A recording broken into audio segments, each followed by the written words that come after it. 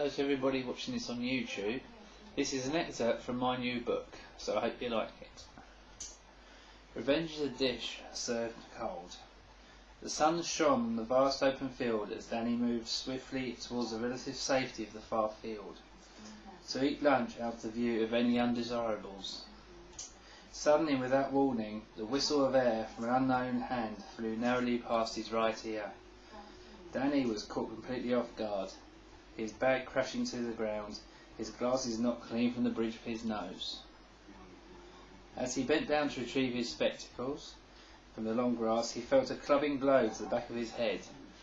Clearly dazed and confused, Danny finally managed to put his hand on his missing glasses, instantly feeling the crushing pain of a dirty training shoe coming down heavily on his open left hand.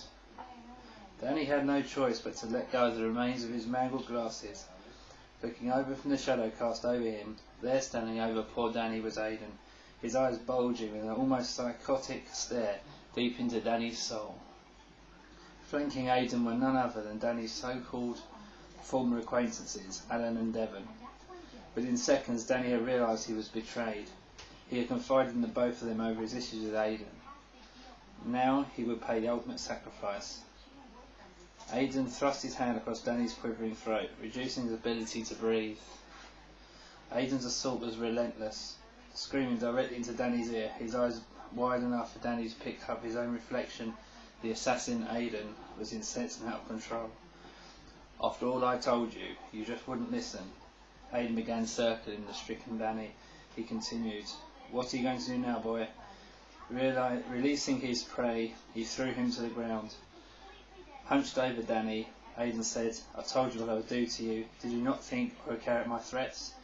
Just as Danny attempted to sit up, Aidan took a crowbar from the waiting Devon and thrust it again and again into Danny's ribs, forcing the barely conscious lad to begin spitting up and choking his own blood. Danny couldn't shout or scream. There was no air in his lungs, his bruised and possible broken ribs aching with even the smallest breath. Danny was so alone and defenceless. Just as his world began to turn dark, he caught the sight of Alan leaning over Aidan. He was laughing hysterically, holding a mobile phone. Danny had not only been beaten within an inch of his young life, the final humiliation was to be a happy slap. His personal humiliation was now complete.